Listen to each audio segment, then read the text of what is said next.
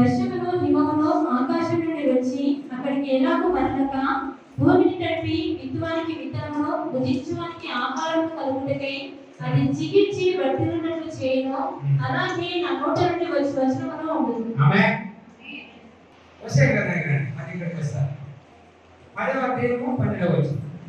నీటి పలుకున్నట్లు మీరు విత్తనము వేడి, ప్రేమైన కోత మీరు కోయడి, యెహోవాను వెతుకుటకు ఇదే సమయం కనుక ఆయన ప్రత్యక్షమై మీ మీద నీతి వర్షము కురిపించినట్లు ఇది వరకెన్నడూ తిన్నని వీడు భూమిని దున్నడి. హల్లెలూయా.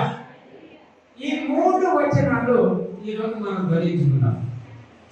హల్లెలూయా. ఎంతగా సంతోషంగా హ్యాపీగా ఉన్నారు ఈ రోజున. ఓకే, ఈ సంతోషం ఈ రోజు నుంచి అలాగే మీ దేవుడు నన్ను ఆశీర్వదించుగాక. వాళ్ళ దేవుడన్నా మీ దేవుడైన యెహోవా నేనన్నారు. అవునా? అబ్రాహాము ఒక వాగ్దానం ఎలా నెరవేర్చుకున్నాను అని అబ్రాహాము గురించి నేను ఎప్పుడైతే ధ్వనిస్తున్నానో రాత్రి దేవుడు అది కాదు ఈ రోజు ఈ వాక్యాన్ని బోధించమని నైట్ చెప్పారు. ఓకే, అయితే ఇక్కడ మనం చూస్తే ప్రియ దేవుడు ప్రతి విషయంలో కొరింథీ గ్రంథంలో ఏం చెప్పాడు పౌలు గారు? విత్తువానికి విత్తనము తినటకు ఆహారము దయచేయు దేవుడు మీకు విత్తనం దయచేసి విస్తరింపజేసి మీరు ప్రతి విషయంలో పూర్ణ ఔదార్యము భాగ్యం కలవారన్నట్లు మీ నీతి పరములు వృద్ధి పొందించును. ఆమేన్. ఎంతమంది నీతిగా ఉంటున్నారు దేవుడు? ఓకే, ఈ రోజున ప్రభువారు మనకి ఇచ్చినటువంటి గొప్ప అవకాశం ఈ రోజు. అవునా? ఎందుకంటే విత్తనం అనేది చాలా ప్రాముఖ్యం దేవునికి. కానీ దీనికి మర్మం ఉంది. నేను చెప్తాను ఈ రోజు, మీరు గమనించండి, జాగ్రత్తగా వినండి. ప్రతి విషయంలో భాగ్యం కలవారన్నట్లు ఔదార్యం అనేది బాహాటంగా ఒక వ్యక్తి కావాలంటే హృదయంలో నుంచి ఎవరైనా ఇతరుల విషయంలో కానీ మరి యథార్థమైన ప్రేమతో కైకలతో నిండబడి మాట్లాడాలి. బాహాటంగా ఆశీర్వాదం అంటే బహిరంగంగా పొందుతున్న బ్లెస్సింగ్. అనేకులు నేను చూస్తున్నాగా మీకు దేవుడు చేసిన అద్భుతము ఎలా ఉన్నారంటే మీకు హృదయం ప్రేమతో కనికరంతో నిండాలి. ఎవరైనా ప్రేమిస్తున్నామంటే మీరు ఏ కావాలన్నా మొదట ప్రేమ వస్తుంది బయటికి, కానీ ఆ ప్రేమని హృదయంలోకి కనికరం పుట్టుకొని రావాలి. యేసయ్యకునేది అదే గుణం. హల్లెలూయా. ఆ కనికరము కనుక ఉంటే ఈ ప్రేమకు ఆ కనికరము బలాన్నిస్తాడు. ఆమేన్. ఎందుకంటే దేవుడు ప్రేమించింది, దేవుడు ప్రేమిస్తున్నా అందరిని ప్రేమిస్తాడు. ఇదే కాదు, లోకాన్ని ప్రేమించి తన కుమారుని ఇచ్చాడు. నిన్ను నన్ను ప్రేమించి కాదు. హల్లెలూయా. ఎందుకంటే ఆయన లోకాన్ని ప్రేమించిన దేవుడు. అయితే ఈ రోజున ప్రభు మనకి ఇచ్చినటువంటి ఈ మాటలో మనం చూస్తే కనికరంతో ప్రేమతో నింపబడి ఉండాలి. మనలో మన ఆస్తులను దేవునికి ఇవ్వడము ఎంత ఇవ్వాలట? విశ్వాసంతో ఇవ్వాలట. అది నమ్మకంతో ఇవ్వాలి. మన ఆస్తులని కొరకు ఇస్తాం, కానీ ఎన్నడూ మన దేవుడు తెలుసా? అంటే ఎప్పుడు నువ్వు ఇవ్వనటువంటి నీ చేతులు ఎవరికి ఇవ్వాలి? యేసయ్యకు మాత్రం ఇస్తారు. హల్లెలూయా. మరి అదే ఆస్తి ఒకరికి ఇవ్వమంటే ఇస్తావా? ఎవరికైనా ఆపదలో సాయం చేస్తావా? ఎందుకంటే ఆస్తి నీది కనుక.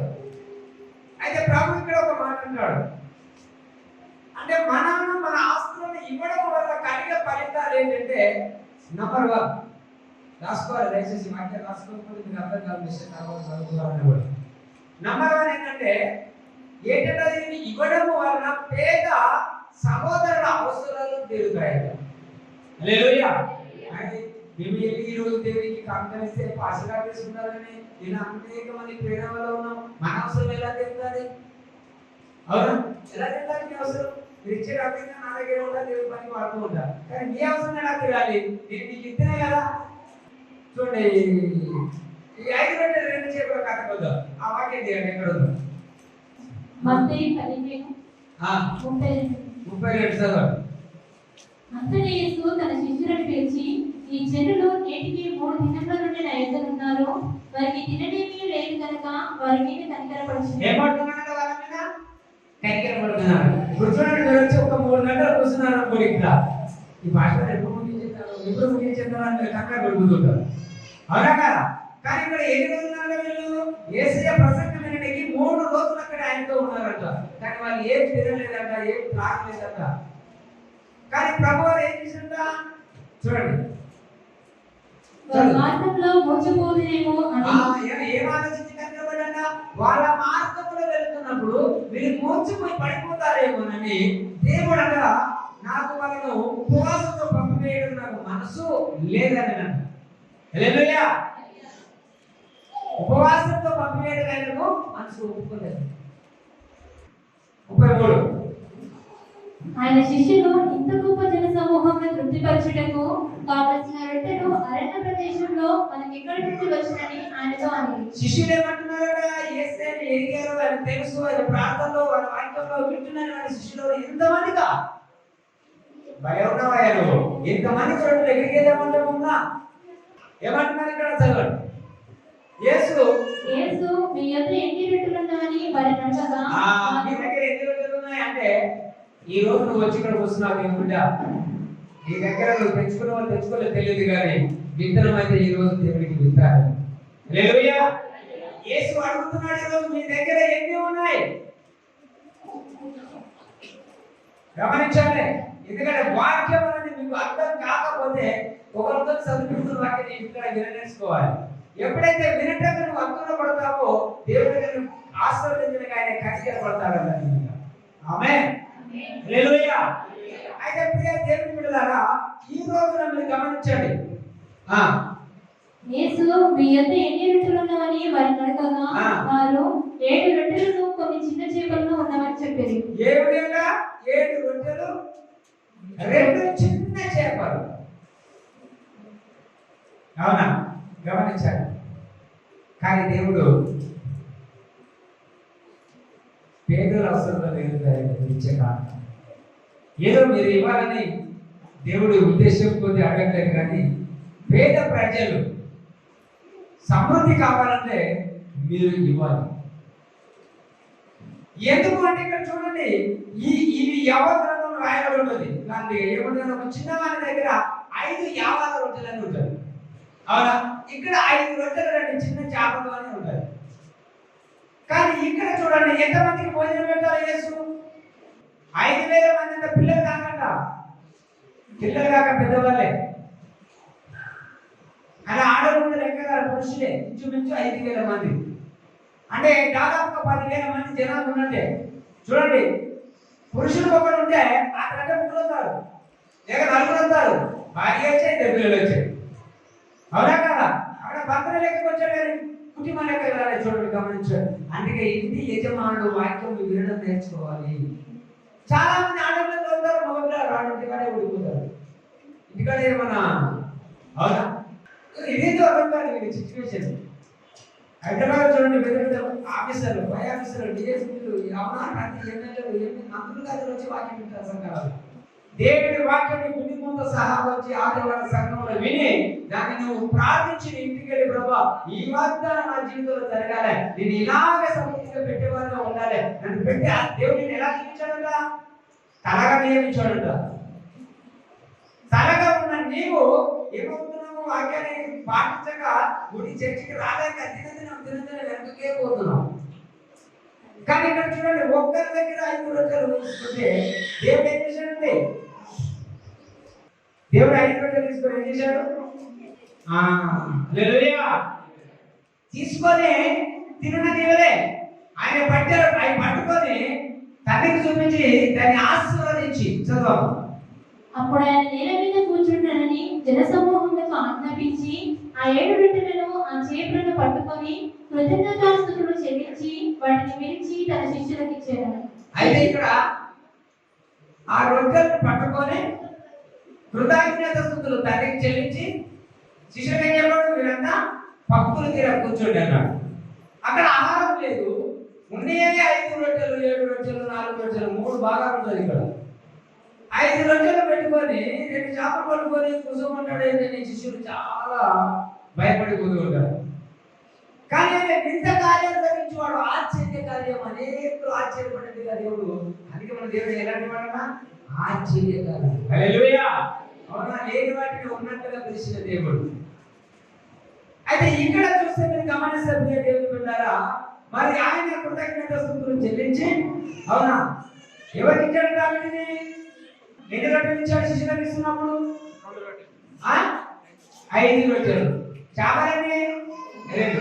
కుసుల జనసంఖ్య ఎంత? 5,000. హల్లెలూయా. ఎందుకు ఆశీర్వాదం లేదు, ఆశీర్వాదం లేదు మీరు కంగారు పడుకుంటున్నారు? యేసయ్య దాన్ని ఆశీర్వదించి దీవించి ఎవరికి ఇచ్చాడు? ఇచ్చినప్పుడు 5 గంటల 2 చేపలు వాళ్ళ చేయిపోయాయి. ఎవరికి వెళ్ళాయి? సంఘానికి శిరస్సు అయినటువంటి దేవుని యొక్క నామంలో, అవునా, శివునికి ఇవ్వబడింది. అంటే ఇవి ఇస్తున్నప్పుడు మామూలుగా సాధారణంగా వదిలిందే, కానీ తర్వాత చూడండి, మీరు చదవండి. యోహాను 6:10. యేసు జనులను కూర్చుండబెట్టిన చెప్పెను. ఆ చోట చాలా పచ్చిక ఉండేది కనుక లెక్కకు ఇంచుమించు 5,000 మంది పురుషులు కూర్చుండేది. హల్లెలూయా. ఎంతమంది అంటే కూర్చున్నది? ఇంచుమించు 5,000 మంది. కానీ నా దగ్గర ఉన్న ఎంత ఉన్నాయి? 5 రొట్టెలు ఉన్నాయి, 2 చేపలు ఉన్నాయి. హల్లెలూయా. మీరు బాగా అర్థం చేసుకోవాలి. దేవుడికి ఇవ్వలేక ఎరగబడిపోయింది. మరి చాలా చాలా ఉన్నాయి ఇక్కడ. ఎందుకు అంటే వాళ్ళ దగ్గర ఉన్నాయి కొంచెమైనా, కానీ దేవుడు ఏం చేశాడు? ఆశీర్వదించాడు. ఉన్నాయి 5 రొట్టెలే ఆయన చేయించేసాడు. ఆయన ఏం చేశాడు? దాన్ని ఆశీర్వదించాడు. ఆశీర్వదించి ఎవరికి ఇచ్చారు? శిష్యులకు ఇచ్చాడు. వీరికి భోజనం మీదే పెట్టారు. హల్లెలూయా. మరి ఆయన ఇంటికి కాపు పెట్టుకోవాలి. మొదటి మాట ఏమన్నా తెలుసా? పైసలు లేవయ్యా. ఎవరి పరికర మాటలు ఏమని? నీ ఇంటి యజమానురాలు లేవని. ప్రార్థన అనగానే, ప్రార్థన అర్థం అంటే దేవుని వాక్యం నీ ఇంటిలో కొంతమంది వినడానికి సిద్ధంగా ఉంటే దేవుడు నీ ఇంట్లో కూడికి పెట్టుకోమని చెప్తాడు. ఆ కూడికి పెట్టుకుంటే మొదటి మాట వచ్చేదండి, డబ్బులు లేవయ్యా. ఈ డబ్బులు ఎవరు ఆశించే? అవునా, దేవుడు అంటాడు నీ ఆస్తులను, నీ ఆ ధనాన్ని ఎవరు ఆశించరు. కానీ దేవుని యొక్క మాటలో నీ ఇంట్లో చెల్లించబడినప్పుడు అక్కడ నీ ఇల్లు ఆశీర్వదించబడుతుంది. హల్లెలూయా. కానీ 5 గంటలు పట్టుకొని 8,000 మందికి పెట్టాడు అంటే భోజనం పెట్టి వడ్డించింది ఎవరు? శిష్యులు. అంటే ఆశీర్వాదం శిష్యుల దగ్గర ఉందా, యేసయ్య దగ్గర ఉందా? మొదట చెప్పాలి. హల్లెలూయా. ఇప్పుడు ఎవరి దగ్గర ఉంది? శిష్యులకు ఏమని వచ్చింది? ఇంతమందికి రొట్టెలు ఎక్కడికి తెచ్చాను అన్నాడు. కానీ ఇప్పుడు ఏం చేస్తున్నాడు? అంతమందికి సరిపోగా మిగులుతూ 12 గంపల నుంచి ఆశీర్వాదం నీ దగ్గర ఉంది. హల్లెలూయా.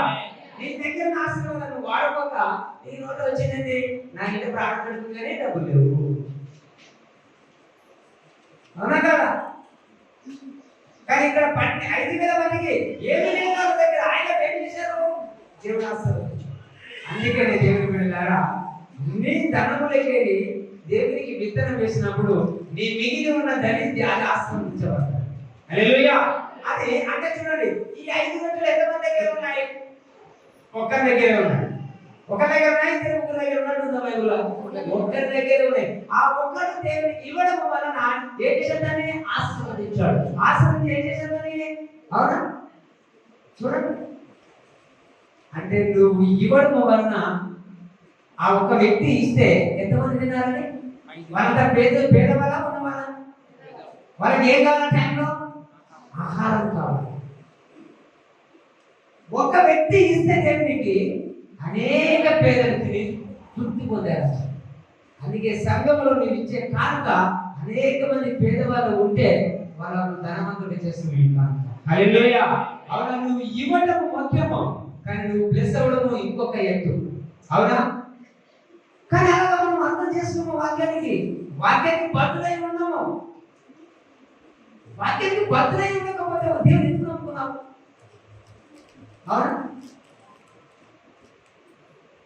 అందుకే నాగల మీద చేయబట్టి వెండి తిరిగి చూడొద్దు. హల్లెలూయా. చూడండి, ఇక్కడ ఒకటో వర్గం ఏమన్నాడంటే పేద సహోదరుల అవసరాలు తీరుతాయి. రెండోది దేవునికి కృతజ్ఞత స్తుతులు చెల్లుతాయి. అంటే యేసయ్యకి ఈ రోజులు ఎప్పుడైతే ఇచ్చాడో ఆయన ఎత్తి పట్టుకొని కృతజ్ఞత స్తుతులు చెల్లించి తండ్రికి చెల్లిస్తూ వీళ్ళకి ఇచ్చాడు ఆశీర్వాదం. ఆ రొట్టెలు ఆశీర్వాదించి శిష్యులకు ఇచ్చి మీరే పెట్టేసి అన్నాడు. అంటే నువ్వు ఇవ్వడం ద్వారా కృతజ్ఞత స్తుతులు తండ్రికి చేరుతాయి. ఓకే, మూడవది అంటే ఏంటంటే మన నుండి సహాయం పొందేవారి ప్రేమ మనకు లభిస్తుంది. హల్లెలూయా. ఇప్పుడు నీకు ఎవరన్నా ఒక 2,000 ఇచ్చారనుకోని, ఆ వ్యక్తి మంచోడు, నాకు 2,000 ఇచ్చాడు, నా ఆపదలు ఆదుకున్నాడని అతని మీద ప్రేమ ఉంటుందా? ఉండదా? నీకు ఉంటుందా? ఉండదా?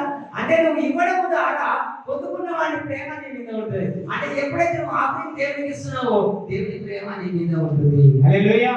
చదవాలి దేవుని మహిమ కలగావా? అవునా? దేవుని ప్రేమ ప్రేమ ప్రేమ.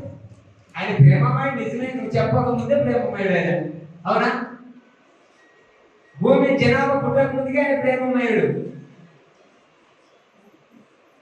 ఎలాగ ప్రేమిస్తాడు దేవుడు? చూసుకుంటాడు వేసే అంటారంటే అంటారే గొప్పనే భూమి సమస్తమున తండ్రి అన్నాడు. అవునా? అయితే ఈ దినమున ప్రభు చెబుతున్నాడు 14వ వచనం చదువు. 2 కొరింథీ. దేవుడు కనపరిచిన అత్యధికమైన కృపను చూచి వారి నిమిత్తమై ప్రార్థన చేయించు మిమ్మల్ని చూడవలనని ఎంతో కోరిక గల వారే. వావ్! ఏమన్నాడంటే ఇప్పుడు దేవుడు మిమ్మల్ని చూడాలని కోరిక కలిగి ఉన్నాడండి ఈ రోజు. ఆమేన్. దేవుడు ఏమయ్యా? అవునా? పార్టీ కదా. దేవుడు చూస్తాడండి ప్రతిక్షణము. కానీ ఇప్పుడు ఇక్కడ ఎలా చూస్తున్నాడంట?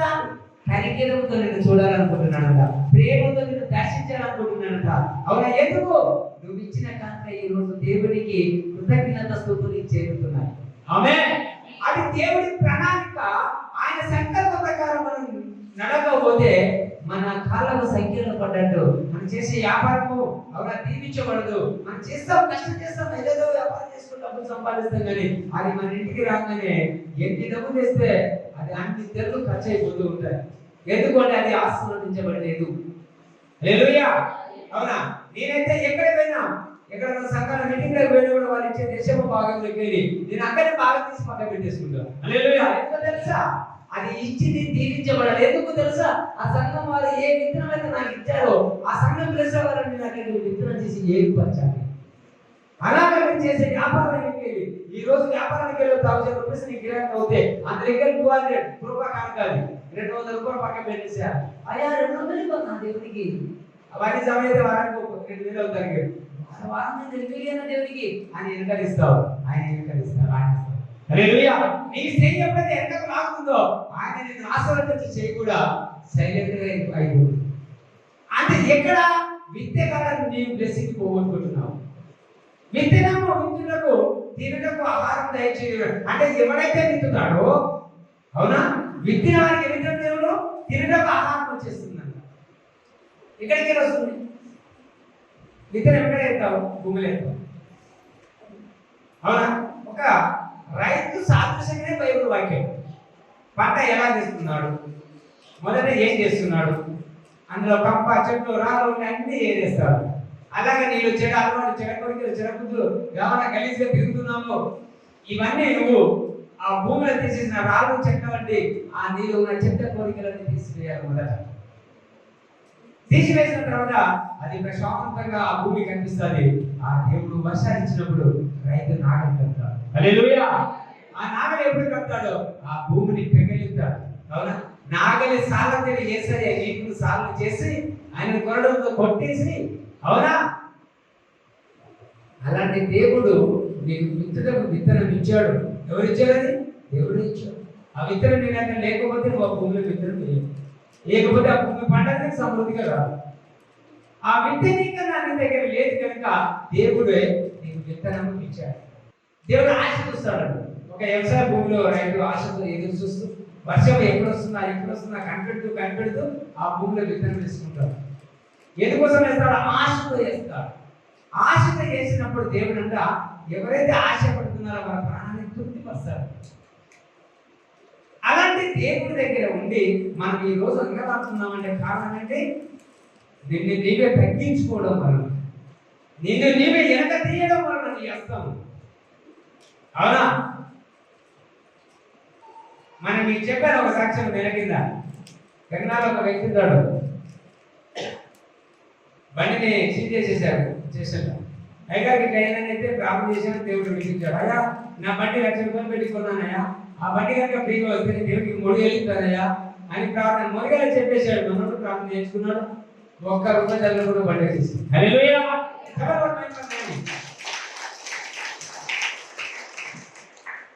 నోరు మాట్లాడింది కానీ చెయ్యి ఇవ్వలేదు. హల్లెలూయా. నోరు పలికింది కానీ చెయ్యి ఇవ్వలేదు. ఏం చేసిందా? చెయ్యి వెనకకి తీసింది. మరి ఈరోజు మరి చేంజ్ అయిపోయింది. అవునా? ఫోన్ చేశాడు, ప్రయాణ గారు ఇట్లా అయిపోయింది నా పరిస్థితి అంట. సరే అయ్యా ఇలా సండే కదా నేనేం మాట్లాడిన తర్వాత ఫోన్ చేద్దాంలే అని ఫోన్ పెట్టేసి. అంటే ఏంటి ప్రాబ్లము? ఇప్పుడైతే నేను బాగా ఉన్నాను, నేను అన్నింటిలో ఆపిగా ఉన్నాను, నాకు సంతోషం ఉంది, ఏ టెన్షన్ లేదు. అంతే ఒకటి తెలుసు, అన్ని తెలిసేవాడు నేను ఎప్పుడు ఎక్కారో మళ్ళీ పట్టణం వచ్చిన ఏం చెప్పిందట, మరి మీ ఏడవ దేవుడు కనపరిచిన అత్యధికమైన కృపను చూసి వారు మీ నిమిత్తం ప్రార్థన చేయొచ్చు మిమ్మల్ని చూడవాలని ఎక్కువ కోరిక గల వారై ఉన్నారు. హల్లెలూయా. ఎందుకంటే చూద్దాం, మన 9:8 వచ్చిన 2 కొరింథీయులు 9:8 మరియు అన్నిటి యందును ఎల్లప్పుడూ మీలో మీరు సర్వసమృద్ధి గలవారై ఉత్తమమైన ప్రతి కార్యము చేయుటకు దేవుడు మీ ఎడల సమస్త విధములైన కృపను విస్తరింపచేయగలడు. హల్లెలూయా. ఎందుకు సమస్త విధములైన కృపను విస్తరింపచేయగలడు దేవుడు అంటే, మీలో మీరు ఎల్లప్పుడూ దేవునికి జ్ఞాపకార్థంగా మీ ప్రార్థనలు జరుగుతున్నాయి, మీ విజ్ఞాపనలు చేరుతున్నాయి, మీరు ఇచ్చేటువంటి విత్తనం అక్కడ పడుతుంది. కాబట్టి దీనికి దేవుడు అంటే సమస్తమైనటువంటి ఆయన కృప విస్తరింపచేస్తాడు. హల్లెలూయా. అంటే ఇక్కడ దేవుడి యొక్క సమాధానంలో నువ్వు ఎల్లప్పుడూ ఆయనకు కృతజ్ఞతాస్తుతులు చెల్లిస్తున్నావు. ఇక్కడ దేవుడు ఎక్కువ మిమ్మల్ని చూడాలని ఆశ కలిగి ఉన్నాడు. ఆమేన్. అవునా? చూడండి, ఈ రోజు నుంచి ఆశీర్వాదం చెప్తున్నాను, ప్రతి ఒక్కరు బ్లెస్ అవుతారు ఈ 2-3 నెలల్లో. హల్లెలూయా. 2-3 నెలల్లో ఇది ఒకటో ఆశీర్వాదం. మీకు ఆశీర్వాదాలు ఎన్ని ఉంటాయి? ఎన్నో రౌండ్ ఉంటాయి ఒక ఆశీర్వాదం ఒక మనిషి దీపించబడాలంటే? 5. కాకపోతే డౌన్ అంతా పెరుగుతుందా? 500 నేర్చుకోవాలి పొందుకోలేదు అంటే అది ఎన్ని బ్లెస్సింగ్ వెళ్తారు? 7. అంటే 5 రోజులు 2 చేపలు ఎన్ని అంటే 7. గుర్తుపెట్టుకోండి బాగా. ఈ 5 రౌండ్లు లేక 7 రౌండ్లను ఈ ఆశీర్వాదం ముగించేస్తారు ఈ సంవత్సరంలో. కానీ ఎప్పుడు చెప్తానో ఎవరికి తెలియదు. అవునా? దేవుడు ఎప్పుడు నేను భయపరుస్తాడో అప్పుడే నేను తిరిగి మళ్ళీ సంఘాన్ని రిలీజ్ చేస్తాను. అనుకోని రీతికి వస్తాయి 7 ఆశీర్వాదాలు. ఈ రోజు నంబర్ 1 ఇది ఒకటి రాసుకొని పెట్టుకోండి. హల్లెలూయా. అయితే ఇక్కడ ఈ దినమున ప్రభు ఏమన్నాడు, కృపను విస్తరింప చేయలాగున అవసరంలో ఉన్న వారికి సహాయపడేందుకు తానేమి ఇవ్వగలడు, అది ఇచ్చే విశ్వాసి తన సొంత అవసరాలను తీర్చేలా దేవుడిని వేరుపరిచేలా బతికేస్తాడు అనుకుని పొందారు. ఉన్నది పోగొట్టుకుంటావు. నేను ఇస్తున్నా దేవుడు ఇస్తానని ఎప్పుడు తీయబోతాను. ఎలా ఇవ్వాలి మరి? రైతు భూమిలో విత్తనం వేసి ఏమంటాడు, ఆ దేవుడి దయ వల్ల వర్షం పడితే పంట మంచిగా ఉంటుంది భగవంతుడు అంటాడు. ఏ రైతేనా అంతేనా కదా? భూమి పండుతానికి గ్యారెంటీ ఇవ్వగలరా? నువ్వు ఇచ్చిన ఆఫర్ కూడా నేను గ్యారెంటీగా చేయడు. రైతులు పోలు చూసుకోవాలి నీ జీవితాలు ఎలా ఉంటుంది. కానీ ఈ దినం ఆయన ఏమంటున్నాడు, అవసరంలో ఉన్న వారికి సహాయపడేందుకు తాను ఏమి ఇవ్వగలడు, అది ఇచ్చే విశ్వాసికి తన సొంత అవసరాలు తీరుతాయని దేవుడి కృప తన పట్ల ఉన్నట్టుగా కనుగొంటాడని. అవునా? అంతకన్నా ఎక్కువ అతడు పోగొట్టుకుంటాడు. కానీ ఎప్పుడు దేవుడికి ఇస్తే నాకు ఇస్తాడని ఆశించకూడదు, కానీ దేవుడి యొక్క పరిచర్య నిమిత్తము, దేవుడి యొక్క సేవ ముందు ఎగరించి నిమిత్తమే కానివ్వాలి. అవునా?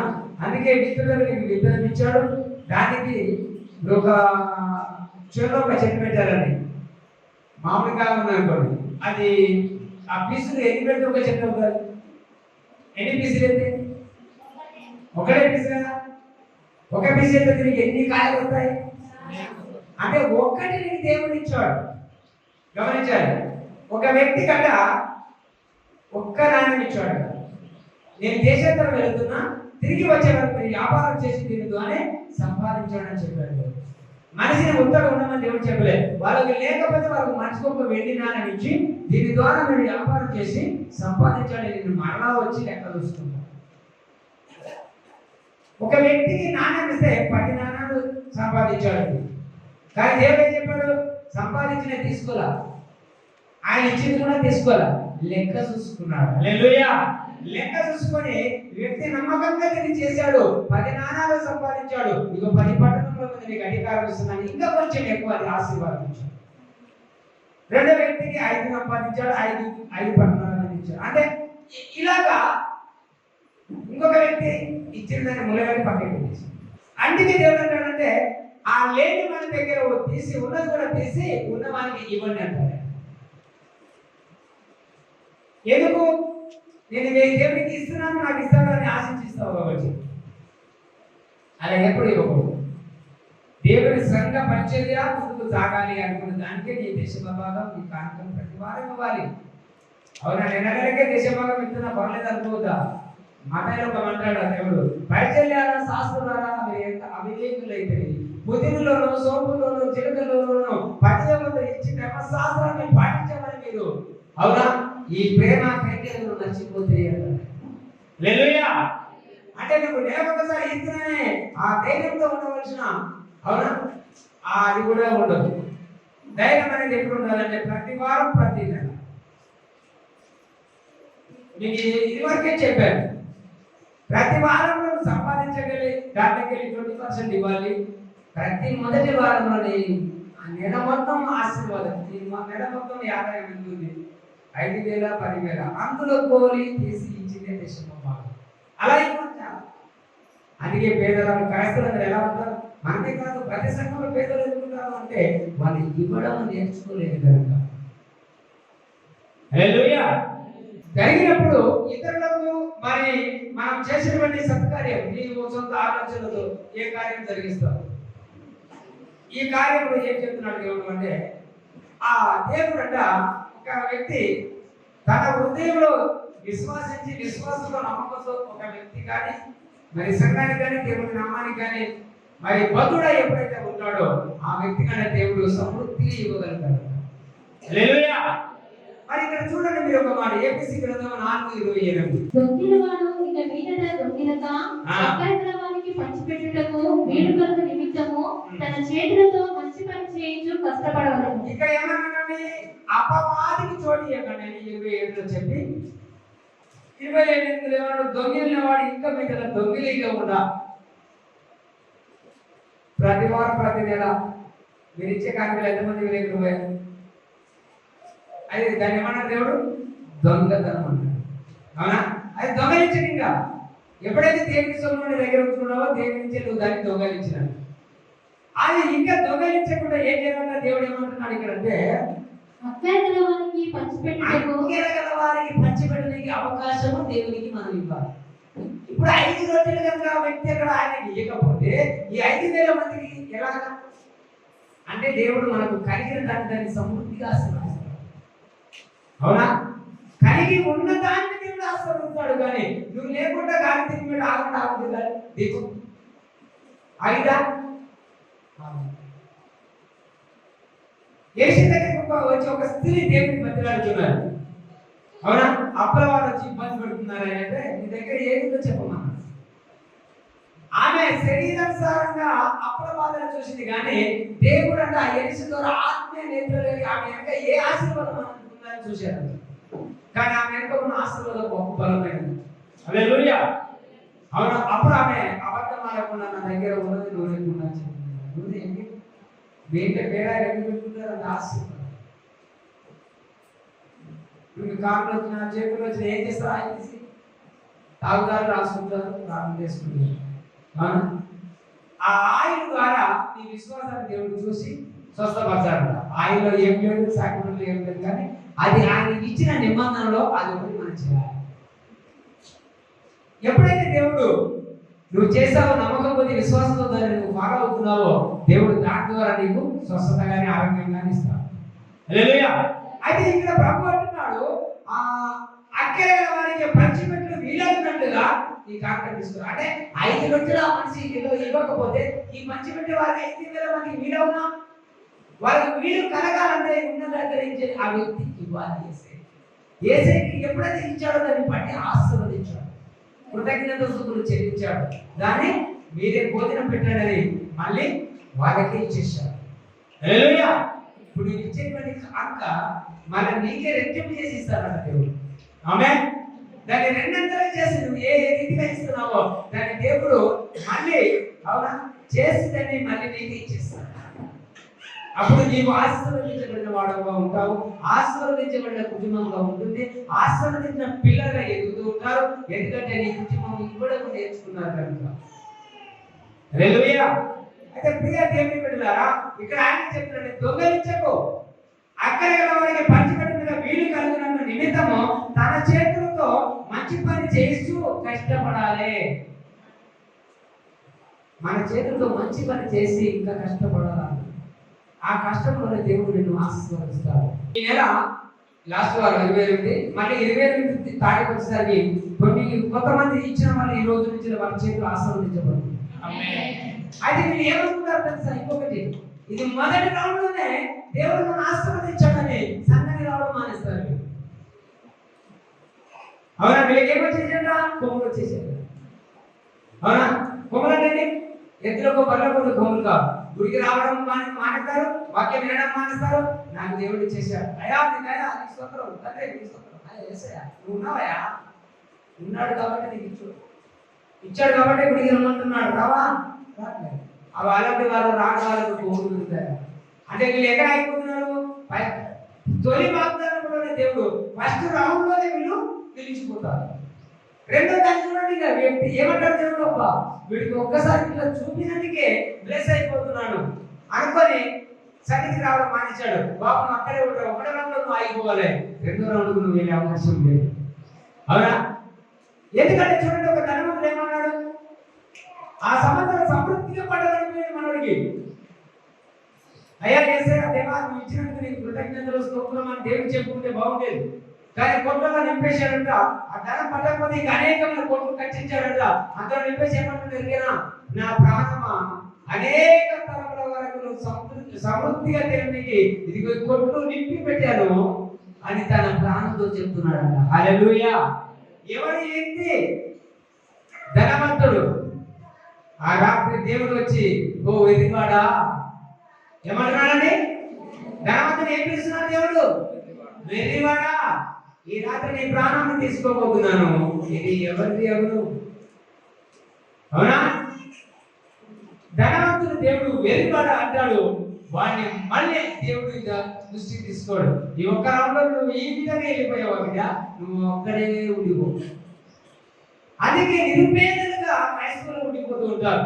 ఎందుకంటే దేవుడు మొదట చిన్నవి వ్యాపారాలు కొంచెమైనా కలిసి వచ్చినట్టుగా నేను ఆశీర్వదిస్తే, వ్యాపారం అభివృద్ధిగా పరిస్తే నువ్వు ఇవ్వడం మానేస్తావు, గుడికి రావడం మానేస్తావు. ఎక్కడ నాకు కొరత లేదు, దేవుడు నాకు తోడుగా ఉన్నాడు. హల్లెలూయా. దేవుడు తోడుగా ఉంటేనే మనము ఈ రోజు వరకు జీవించి అనుకో మరి ఆశీర్వాదపడి బ్లెస్ అయి ఉన్నాం. ఎందుకు తెలుసా? కానీ మనతో ఉన్న దేవుడు, మనలో ఉన్న దేవుడు ప్రతి ఆదివారము ఎక్కడికి రమ్మన్నాడు? నేను సంఘానికి శిరస్సై ఉన్నానని చెప్తాను. ఆదివారం ఎక్కడ ఉంటాడు? ఆయన సంఘంలో ఉంటాడు. హల్లెలూయా. ఈ సంఘానికి మనం రావడం అనేది చాలా ప్రాముఖ్యం.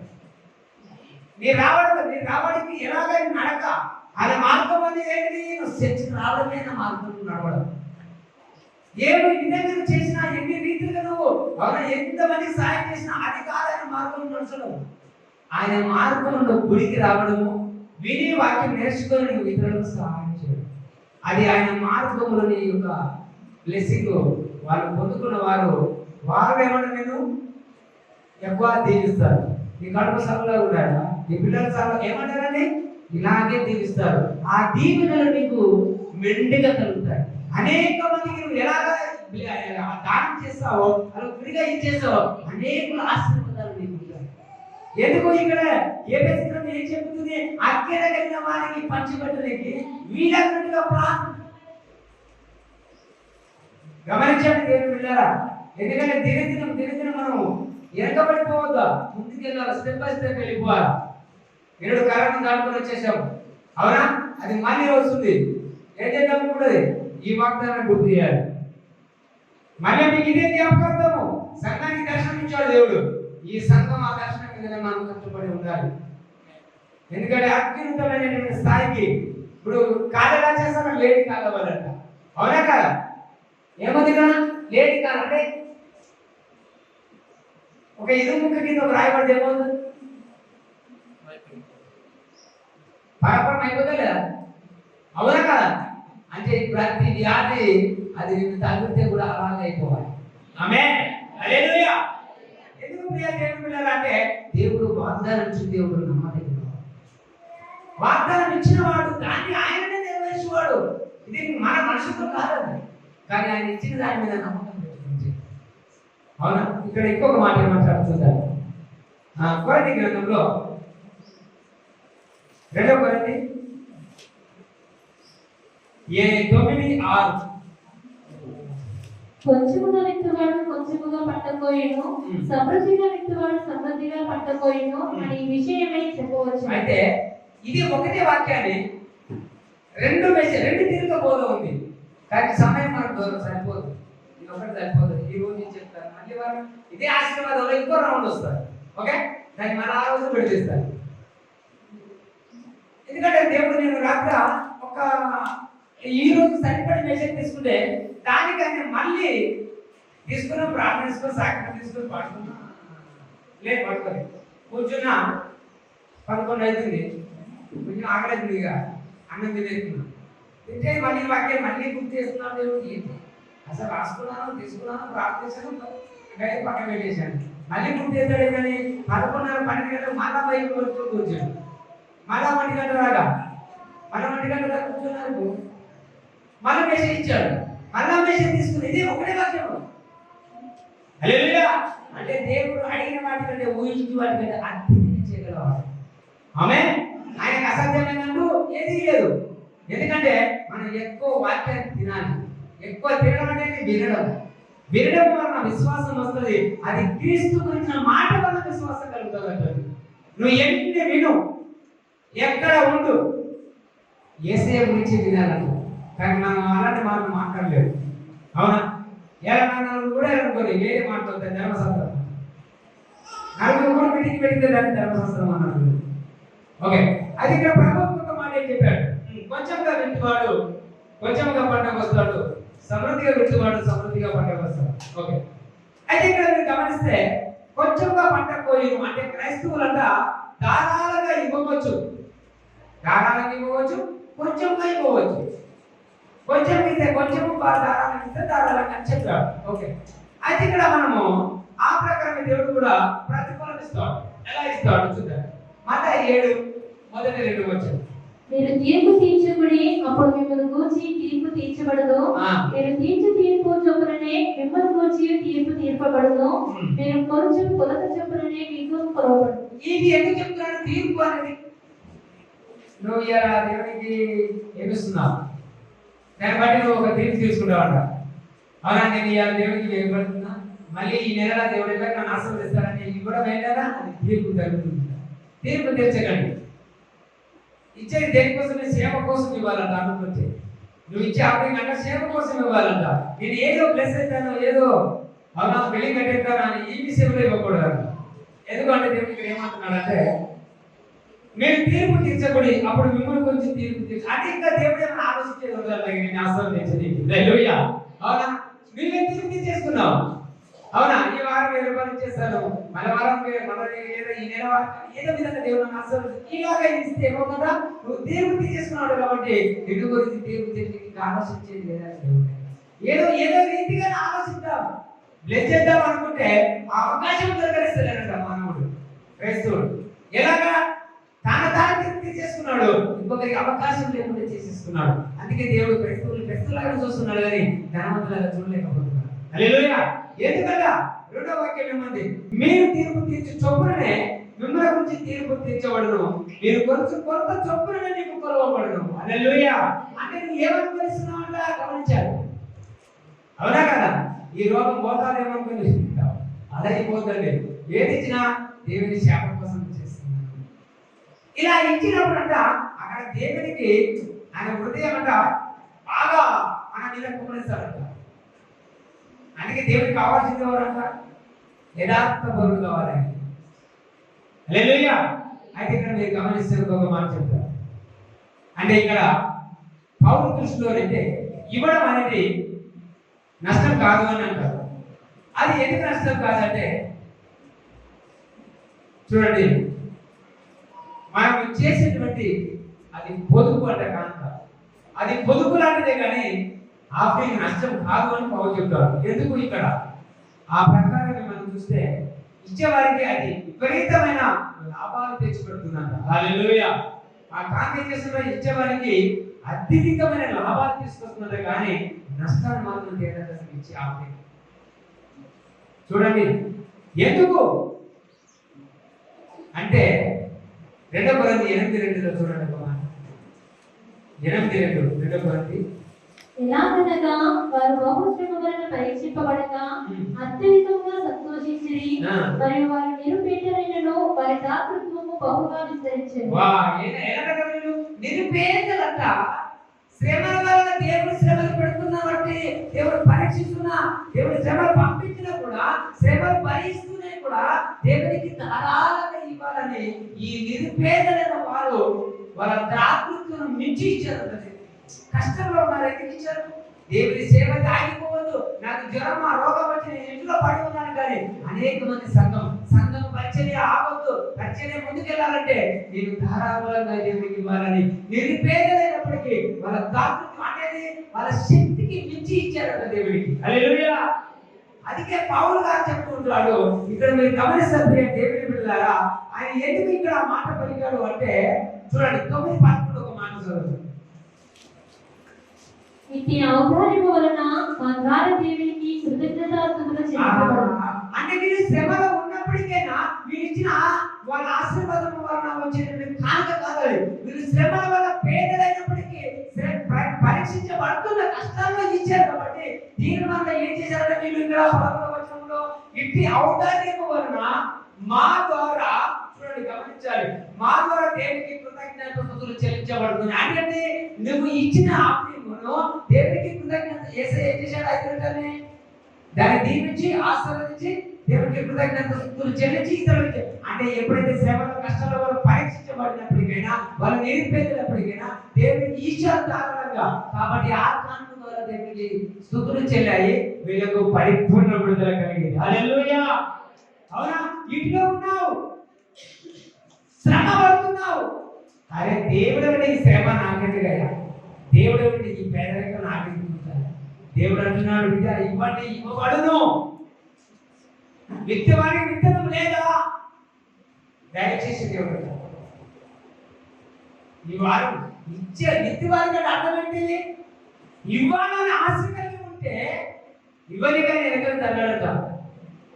ఆ విత్తనం మీకు ఇచ్చి చూడండి, అలాగో మనిషికి ఒక నాణ్యం 10 మందికి ఇచ్చాడు, 10 నాణ్యాలు సంపాదించమని చెప్పాడు, వాళ్ళ దగ్గర లేవు. ఇచ్చిందే దేవుడు, ఇచ్చిన యజమాని లెక్క అడగడా? నేను లెక్క అడిగినప్పుడు ఇది కరెక్ట్ అయిన లెక్క ఇవ్వలేకపోయాను. అయితే ఇక్కడ దేవుడు అంటున్నాడు, మనం గమనిస్తే వారు ఇచ్చిన కానుక ద్వారా వీళ్ళు పొందుకునేటువంటి అపోస్తులు ప్రార్థన చేసి దేవునికి కృతజ్ఞతాస్తుతులు చెల్లించారట. హల్లెలూయా. అంటే నీవు ఇచ్చే కానుకను ఏం చేస్తాడంటే దేవుడు ఆశీర్వదిస్తాడు. అందుకే యేసయ్య చాలా నమ్మకంగా చెప్తాడు మాట, నా మందిరంలో ఆహారం ఉన్నట్లు మీ 10వ భాగం అంతా తీసుకుని రండి. ఎప్పుడైతే 10వ భాగం నెలకు ఒకసారి. కానీ ఈరోజు ఈ దాతృత్వలకు మించి కలిగినది ఇవ్వాలి. అవునా? అప్పు చేసి దేవునికి ఇవ్వకూడదు, అప్పు చేసి కనుక ఇవ్వకూడదు. ఎందుకు? అప్పుల బాధైనావు. కలిగిన దాంట్లోకి ఇవ్వండి అన్నాడు దేవుడు. అప్పు చేసి ఎప్పుడు దేవుడికి ఇవ్వకూడదు, అప్పు చేసి ఎప్పుడు ప్రార్థన పెట్టుకోకూడదు. అవునా? అప్పు చేసి ఏ చర్చలో మీటింగ్ జరుపుకోకూడదు. అప్పుల ఎందుకు దేని నడుస్తున్నావు? అప్పుల మాత్రం నడుస్తున్నావు. అందుకే క్రైస్తవులందరూ అప్పుల్లో ఉండిపోతున్నారు. కలిగిన దానికి కలగలేదా? ప్రార్థన చేయి, ప్రభా నాకేంటి ఇవ్వాలన్న మనసు నీకుంటే ఇచ్చే మనసు ఆయన ఉంటుంది. హల్లెలూయా. ఒక్కొక్కసారి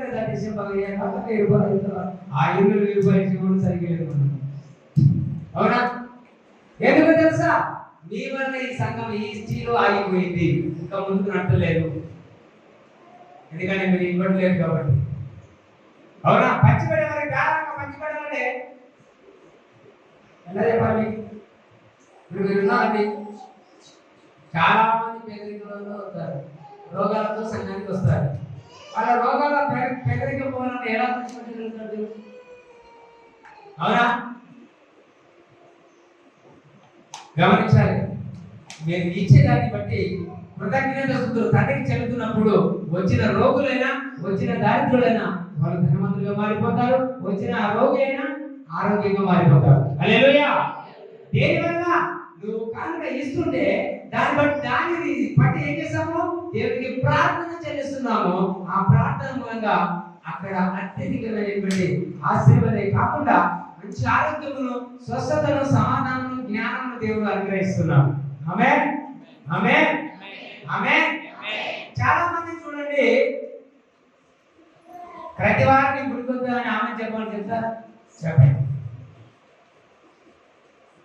చెప్తారా? ఆమె నేను గుడికొద్దాను అని చెప్పి ఇప్పుడు ఆమె అనిపిస్తే అంటావు, కానీ రాకపోతే ప్రాబ్లం అందుకే ఎప్పుడైనా స్థితి పెట్టారు. ఆమె అంటే అవును జరుగురు కాక అన్నాడు, అన్నాము రాలేదు అంటే నువ్వు ఏదైతే అవునన్నావో అదే నీకు జరిగింది కదా. అదే అప్పుడు ఆశీర్వాదం కలుగుతుందా ఏమంటారు? ఆమె అంటారు. ప్రతి వారం గుడికి రావాలంటే ఏమంటారు? నేను అనేది కదా, అదే భగవంతుడు నుంచి ఎవరా వీడాడు ఆమె రాకపోతే బాగుండదు అనుకొని చెప్పలేదు. కానీ ఆశీర్వాదం అంటే ఇవి ఏది కప్పిన అంటారు. అవునా? ఆశీర్వాదం అంటే అంత సంతోషం, కానీ గుడికి రావడం అంటే అంత బతుకం. అవునా? కానీ దేవుని సంకల్పము మీరు అనుకున్నట్టుగా పనిచేయదు. ఓకే చూడండి, ఏమన్నాడు? అంటే ఇక్కడ పౌలు ఎంత మొత్తం ఇచ్చారనేది మాట్లాడడం లేదు. అవునా? ఎంత మొత్తం వచ్చిందనేది ఆయన మాట్లాడడం లేదు. కానీ ఇక్కడ మన హృదయము వాచాల ఉద్దేశాల గురించి ఒక న్యాయమైనటువంటి, అవునా, ఇక్కడ ఏమంటున్నాడంటే మాట్లాడుతున్నప్పుడు పేద విధానం కొంచెమే ఇస్తుంది, ధనవంతులు సమృద్ధిగా ఇస్తున్నాడు. కొంచెం ఇచ్చిన వాళ్ళ గురించి ప్రార్థన చేస్తూ ఉంటారు, ధనవంతుల గురించి ప్రార్థన చేస్తూ ఉంటారు. ధనవంతుడు దానానికి ఇస్తాడు, ఎక్కడికి గెలుస్తాడు? కలిగిన దాన్ని గెలుస్తాడు. పేదవాడికి కొంచెమే ఉంది, ఎక్కడికి గెలుస్తాడు? ఆ కొంచెంలో కొంచెంగా దేవునికి ఇస్తాడు. అవునా? అది ఇక్కడ మీరు గమనిస్తే దేవుని బిడ్డారా, పౌలు ఇక్కడ మాట్లాడే విధానాన్ని బట్టి చూస్తే మరి ఈ ఇబ్బంది మరి ఇచ్చింది కొంచెమే అయితే ఏ నిస్ప్రయత్నంలో ఇచ్చాడు, ఏ విశ్వాసంతో ఇచ్చాడు, ఏ నమ్మకంతో ఇచ్చాడు, దీన్ని ఒక టార్గెట్ చేశాడు దేవుడు. నువ్వు ఏమైనా తీసుకొని ఏడవడం కావాలి. ఎందుకు ఇచ్చింది మరి, ఎందుకు ఏం కోరుతుంది? ఇచ్చిన దాని మీద చాలా ప్రశ్నలు ఉంటాయి. ఏది కోసం లేదు, చెట్టుకు వచ్చినాయి దేని కనుక ఏం కనుక ఇష్టం లేకపోతే ఎవరైనా కోసం ఎన్నట్టు గ్రహించిపోతారు. అది దేనికి పని చేస్తుంది? దేనికి ఎక్కడ ఒక మనసు కలకి దేవుని పరిచర్య కోసం విత్తుతున్నానంటే ఆ విత్తనం మంట పూజించేవాడిని కూడా అకారంగా చేస్తావు. హల్లెలూయా. అంటే నువ్వు ఇచ్చావు, ఇక్కడ ఇవ్వని వాడు ఉన్నాడు, ఆ వ్యక్తికి అవసరమైనది ఆహారం చాలు బాబా. ఒకరోజు 3 పూటలు తినే చాలయ, అప్పు లేకుండా ఉండే చాలయ, సొంత ఇల్లు ఉండే చాలయ, ఎక్కడ పోతే కారు ఉండే చాలయ అనుకుంటావు. కానీ ఈ భూలోకంలో ఎన్ని కోట్లు ఇచ్చినా చాలు. మనిషి ఆశ ఎంత, మనిషి ఆశ ఎంత ఉన్నది? నీ ఊగకు అన్నంత ఆశ. కానీ పోయినాడు తీసుకెళ్తాడా? కానీ ఉన్నప్పుడు ఆ డబ్బుతో సమృద్ధితో జీవితాన్ని గడుపు, దేవుని కృపలో సాగిపో. ఆ నామములో నీకు ఇచ్చింది భూలోకంలో అదే ఆశీర్వాదం అన్నమాట. హల్లెలూయా. గమనించాలి, ఇక్కడ పౌలు మరి చెప్తున్న మాట విధానంలో చూస్తే ఇవ్వడం అనే బట్టి, అవునా, సంపూర్ణ సమర్పణను బట్టి దేవుడు దాన్ని పెద్ద మొత్తంగా ఇచ్చాడు. ఇవ్వడం చాలా పెద్దగా ఇస్తాడు దేవుడు. పేదల ద్వారా 2 కాసులు ఇచ్చింది, ధనవంతులు సమృద్ధిగా ఇచ్చాడు. కానీ దేవుడు ఎంత చిన్న కనుక పెద్ద కనుక చూడడు, కానీ ఇచ్చిన దాని ద్వారా మాత్రం అది దాన్ని గొప్పగా చేసుకుంటారు. ఆమె లూకా 21 పేద విధవరాలకు పరిచయం చేసి అక్కడికి వెళ్తాం. 21 అధ్యాయము 1 నుంచి 4 వరకు. కానుక పెట్టెలో తమ కానుకలను వేయించిన ధనవంతులను ఆయన పారదర్శను. ఒక బీద విధవరాలు 2 కాసులు అందులో వేయించగా చూచి, ఈ బీద విధవరాలు అందరికంటే ఎక్కువ వేసినని మీతో నిజముగా చెప్పుచున్నాను. వారందరూ తమకు కలిగిన సమృద్ధిలో నుండి కానుకలు వేసిరి గాని ఈమె తన దేవిలో తనకు కలిగిన జీవనమంతయు వేసినని వారితో చెప్పాను. హల్లెలూయా. ఇక్కడ ఈమె ఎక్కడ చేసిందంట? జీవితం అంతా కష్టంలో ఉంది, లేమిలో ఉంది, అప్పుల్లో ఉంది. కొడుకులు లేరు, బిడ్డలు లేరు, ఒకటే పేద విధవరాలు. కానీ పౌలు ఏం చెప్పాడంట? వాళ్ళు నిరుపేదలు అయినప్పటికీ, శ్రమల వల్ల పరీక్షిస్తున్నప్పటికీ, అవునా, దేవుని ఇక్కడ దాతృత్వం మించి ఇచ్చిరట. అయితే ఇక్కడ ఈమె ఎప్పుడైతే ఆఫరింగ్ ఇచ్చిందో దేవుడి ఈ కానుకను గొప్పగా ఇచ్చాడు. హల్లెలూయా. అంటే ఇప్పుడు నిరుపేదలైనటువంటి మనలో ఉండేటువంటి అనేకులు చాలా మంది దాతృత్వము బహు సమృద్ధిగా మారాలంటే కారణము ఈ రోజు ఇచ్చిన ఈ వాక్యాన్ని మీరు ఎత్తిపట్టి ప్రార్థించాలి. హల్లెలూయా.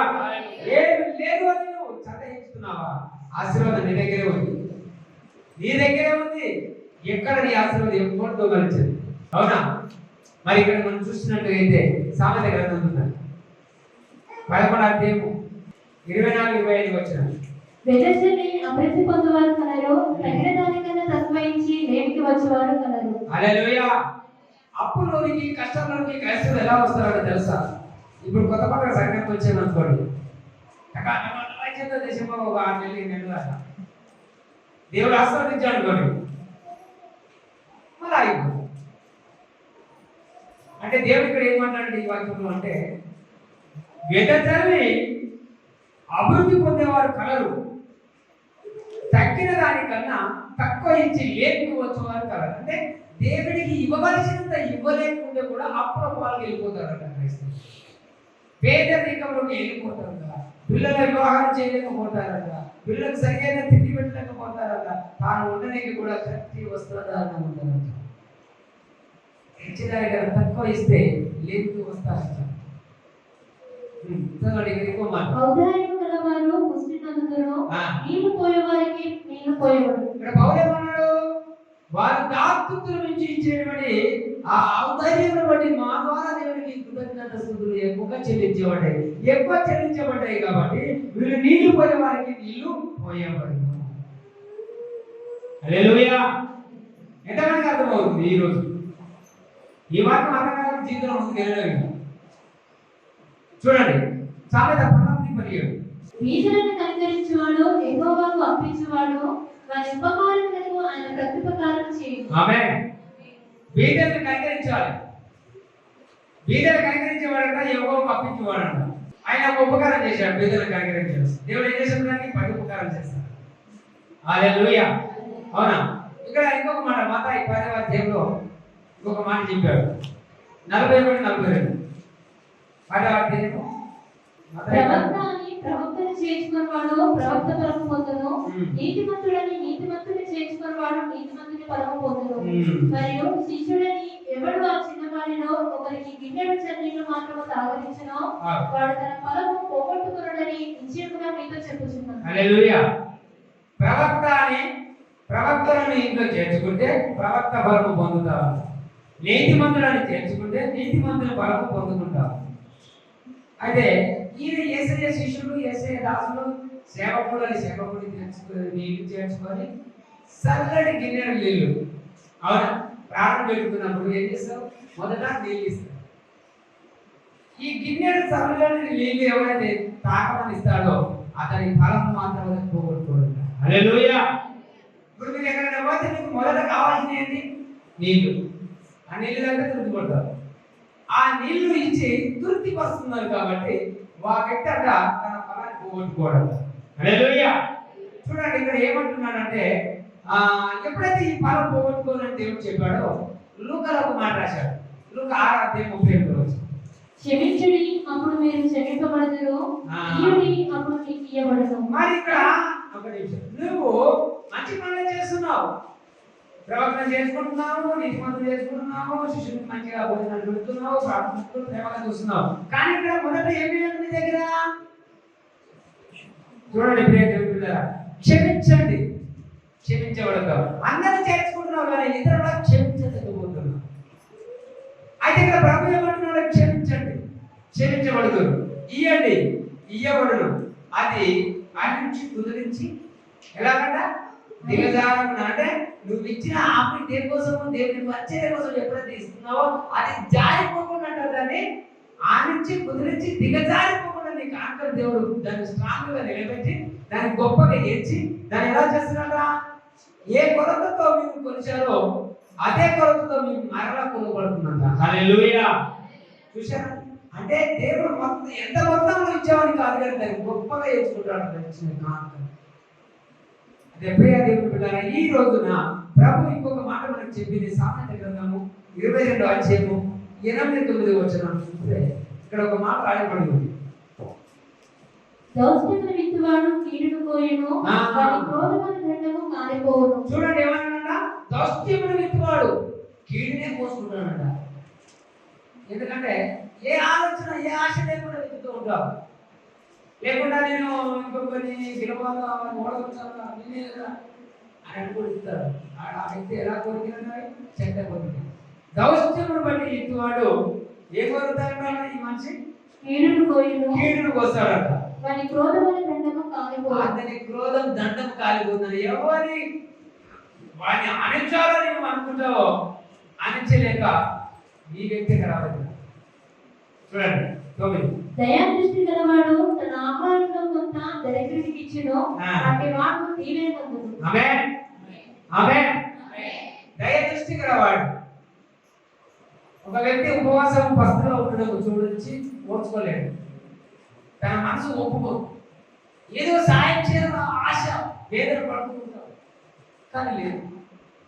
లేని దేవుడికి తెలుసు కానీ ఆశ పుట్టుతూ ఉంటాడు. దయదృష్టి కలగాలి మన మానవుడికి. అది ఇక్కడ ముఖ్యమైన క్షమించబడతారు. ఎంత గొప్ప దేవుడు ఎలాంటి మాటలు మనకి ఇస్తున్నాడంటే, ఈ రోజున మరి మీ యొక్క తలంపు ఏదో తెలుసుకోవాలి, మిమ్మల్ని మీరే పరీక్షించుకోవాలి. ఎందుకు అంటే గలతీయులకు రాసిన పత్రిక 6వ అధ్యాయం 7వ వచనము స్పష్టంగా చెప్తారు. మోసపోకుడి, దేవుడు వెక్కిరింపబడడు. హల్లెలూయా. ఏమంటున్నాడంటే మోసపోకండి. ఎందుకు? దేవుడు ఎక్కిరించబడతాడు. నువ్వు మోసపోతే నువ్వు ఇప్పుడు ఇవ్వలేదనుకో. ఎగ్జాంపుల్ ఉదాహరణ తీసుకుంటే ఇక్కడ ఇవ్వకపోతే దేవుడికి ఏమవుతుందా? ఎక్కిరించబడుతున్నాడు. ఎవరు బట్టి ఎక్కిరించబడుతున్నాను గమనించాలి. నిన్ను బట్టి. ఎందుకు నన్ను బట్టి గారు నువ్వు బయలుదేరుతావా అని నువ్వు అనేస్తూ ఉంటావు. కానీ ఇక్కడ ప్రభు ఒక మాట మిమ్మల్ని అడుగుతున్నాను. మోసపోకుండా దేవుడు ఎక్కిరింపబడ్డాడు. మనుషుడు ఏమి విత్తునో ఆ పంటనే పోయిను. ఎస్ఐ గ్రంథం ఏం చెప్పింది? చెవిటివాడు నీ పక్కన చూద్దారా, నా సేవ కూడా గుడ్డివాడు. ఎవరు గుడ్డివాళ్ళు ఇక్కడ? చెవిటివాడు. ఈ వాక్యంలో మనం ఎప్పుడైతే పాటించకపోతే దేవుడు ఏమవుతున్నారా? ఎక్కిరించబడుతున్నాడు. ఎవరి బట్టి? నిన్ను బట్టి. చూద్దాం ఎందుకు దేవుడు ఎక్కిరించబడ్డాడు. 6వ వచనం చదువునండి. వాక్యోపదేశం పొందువాడు ఉపదేశించడానికి మంచి పదార్థములన్నిటిలో భాగమియ్యవలెను. ఎలాంటి భాగం చూడండి. వాక్యోపదేశం పొందువాడు ఉపదేశించడానికి మంచి పదార్థాలలో నుంచి అన్నింటిలో బాగా ఇవ్వాలి. ఎందుకని వారు మంచిగా చెడ్డ మంచి పదార్థాలు ఇవ్వాలి. దేవుడు చెప్పి ప్రతి నెల ఇచ్చేదే చిన్న చిన్న కొద్ది కాదు కాదు, అన్ని చిన్న నొడుగుతాయి. హల్లెలూయా. ఏం చేయాలి? అవునా? అది ఎందుకు చిన్న నోళ్ళు ఇవ్వడం? ఏమి విద్యుతో పాఠం పోసుకుంటామని దేవుడు చెప్తున్నాడు. జ్ఞాపకం చేసుకుంటారా ఒకసారి?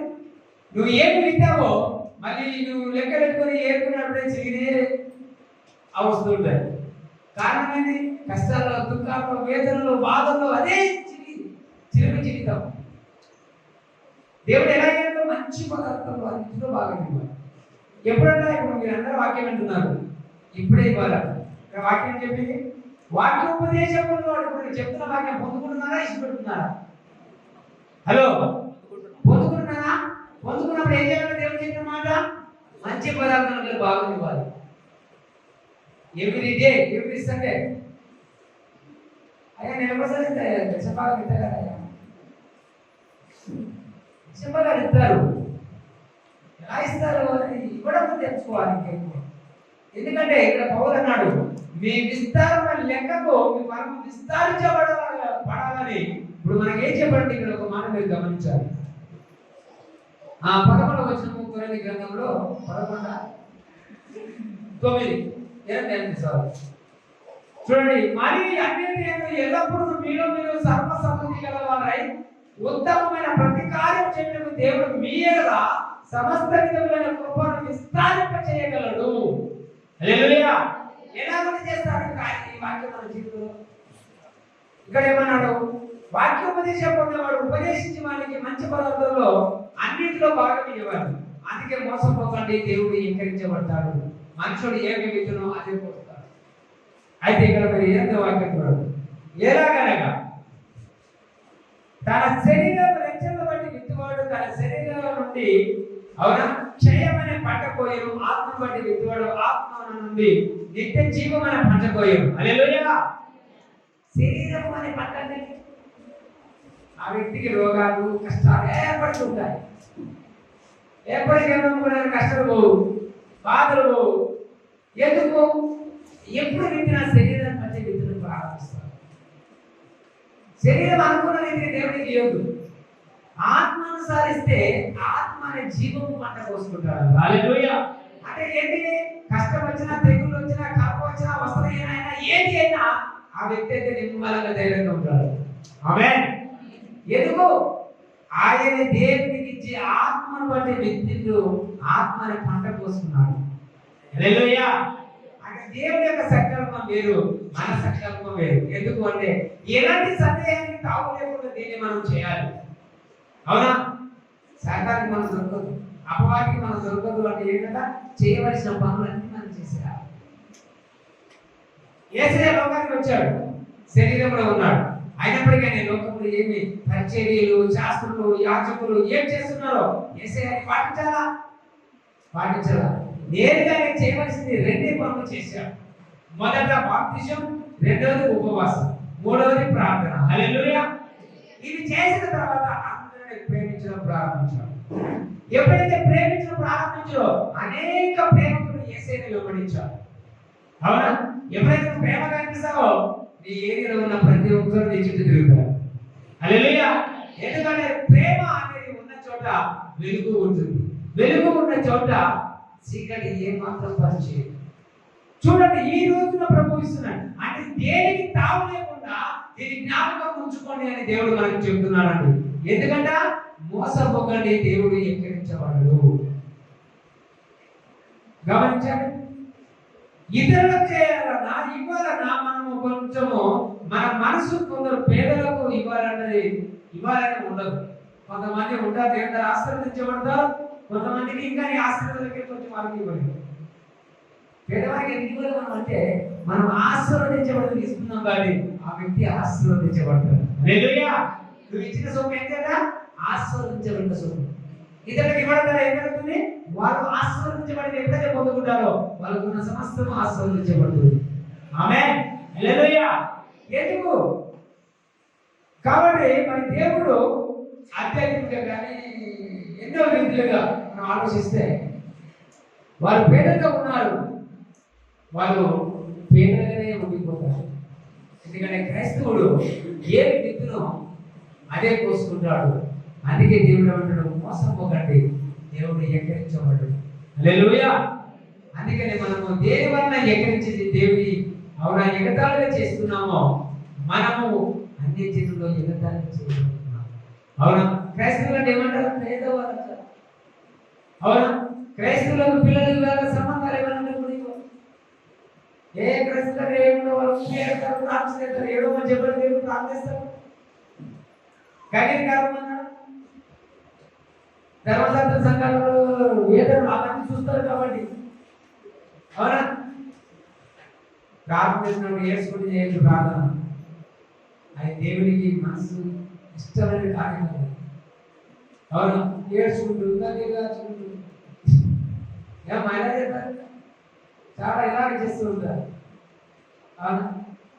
సృష్టించింది సమస్తం దేవుడు మనుషులు. ఆదాము ఏ తోటలో పెట్టాడు? ఏదేవి తోటలో. అంటే ఏదో తోట అంటే చెట్లు, వృక్షాలు, పూల తోటలు, మల్లె తోటలు. అవునా? అవునా? పరమగీతలు ఏముంటుంది? అవునా? వెదజల్లేటువంటి మళ్ళీ పరిమళ వెదజల్లేటువంటి తోటలో ఉంటే ఆ పువ్వులు ఎవరు వాడుకోవాలి? స్త్రీలు పెట్టుకోవాలా వద్దా? క్రైస్తవ నమ్ముకున్న పువ్వులు పెట్టుకుంటారా? పెట్టుకోవద్దు. బంగారం పెట్టుకోవద్దు, మంచి వస్త్రాలు పెట్టుకోవద్దు. ఎలా ఉండాలి మరి? వస్త్రాలు ఇచ్చినందుకు దేవుడు ఏ గంతుల్లో ఆగమ అపగైకి ఇచ్చాడు. దాని మీద టాక్ తీస్తే ఇంకా బాగుంటుంది కానీ వదిలేయాల. అన్ని చేసి ఏ గంతుల్లో సృష్టించి ఆ సృష్టిలో ఆనందం పెట్టాడు దేవుడు. ఇవన్నీ అనుభవించు, కానీ ఇది ఒక్కటి తీయగలరు. అవునా? జీవము వెలుగునిచ్చే చెట్ల ఫలములు చేయగలరు, కానీ తర్వాత అన్ని తినండి. ఇలా వేయపడకుండా తినండి అన్నది. కానీ మనం అలా చేయదు. ఏ వ్యతిరేకత దేవుడు అంట అలంకారంగా ఉండాలంటాడు. ఆయన మందిరానికి వస్తున్నప్పుడు రూపంతోనే అందంగా అవునా రావాలి, కానీ అందంలో మోసం చూపించకూడదు. హల్లెలూయా. అవునా? అందములు వేషధారణ ఉండకూడదు. నీ అలంకారంలో వేషధారణ కనపడకూడదు. నీ అలంకారంలో దేవుడి మహిమానంగా ఉండేటట్టుగా ఉండాలి. వస్త్రాలు కట్టుకో, బంగారం అండి, నగలు అన్ని దేవుడికి ఇంకొరికే. మరి అలా కూడా వేస్తే దానికి కిరీటం ఎందుకు పెట్టాడు? ఆభరణాలు ఎందుకు తొలగించాడు? ముందుకు వేస్తే దానికి ఎందుకు పెట్టాడు? అవన్నీ స్త్రీ అలంకారం కోసం. హల్లెలూయా. దేవుడు చెప్పాడు 2000 ఈ 2వ నెల కదా, పోయిన మంగళవారం నేను శామన సంఘానికి వెళ్ళినప్పుడు ఆదివారం ఇక్కడ వస్తున్నాను. అక్కడ పోతే ఆత్మీయత అంటే ఎంతైనా అని పోతే ఆయన చెప్పాడు. లాస్ట్ నా మీద డ్రెస్సింగ్ నా మీద మా ఇద్దరి మీద హస్తాలు పెట్టి ఆశీర్వదించి వెళ్ళిపోయాడు. ఆడిగా ముగించడానికి ఒకరి మీద హల్లెలూయా. ఏమన్నాడంటే ఆ రోజున నేను చెప్తున్నాను, ఈ వాక్యం అన్నీ చెప్పాడంటే అదే ఒకటే మార్గంలో ఇదంతా నేను బోధించాను. నా హస్తము ఎవరి మీద పెట్టి ఆశీర్వదిస్తే వాళ్ళ ఆశీర్వాదం ఆగిపోతారు. హల్లెలూయా. అవునా? ఆశీర్వాదం ఆగిపోదు. జీవిత నదులు వస్తాయి. అప్పుడు నాకు గుర్తొచ్చింది 2014 సంవత్సరంలో అదే గాడి, అదే ప్లేస్, అదే రోజు దేవుడు చెప్పింది ఏంటో తెలుసా? మీ కడుపులో నుంచి జీవజల నదులు పోతాయి. హల్లెలూయా. అంటే చూడండి, దేవుడు చాలా శక్తివంతుడు. ప్రార్థన చేస్తున్నాను, తలను చేపెట్టుకొని ఏకీభవిస్తున్నాను, గడగడానికి సౌండ్ చేసిన హృదయంలో కడుపులో. మా భార్య పక్కన వాళ్ళని, మా చిన్న పక్కన సౌండ్ ఏంటని అడుగుతున్నాను. హల్లెలూయా. నాకే తెలియదుగా సౌండ్ వస్తుంది. అప్పుడు పరిశుద్ధాత్ముడు నాలో నుంచి ఆ సముద్రం ఆ నీటి పారుతున్నట్టుగా నాకు దర్శనమిచ్చాడు. హల్లెలూయా. ఆ యొక్క జీవజల నదులు నాలో ఉన్నాయి. నా విద్య ఇది అంతా కాదు, కానీ నాలో ఉన్నవాడు గొప్పవాడు. నాకు బోధించుడు నేర్పించాడు. హల్లెలూయా. ఆయన ఇచ్చిందే నేను మీకు బోధిస్తున్నాను. ఆమేన్. అందుకే నేను తీసుకుని ఇంకొకటి అయితే ఆయన రాత్రి ఇచ్చింది ఇంకొకటి. ఇది ఏమంటారు? ఆత్మ యొక్క శక్తి కలిగిన వాక్యం అంటారు. ఆమేన్. ఆమేన్. ఈ వాక్యం మీ అందరిలో శక్తితో నింపి ఆశీర్వదించును గాక.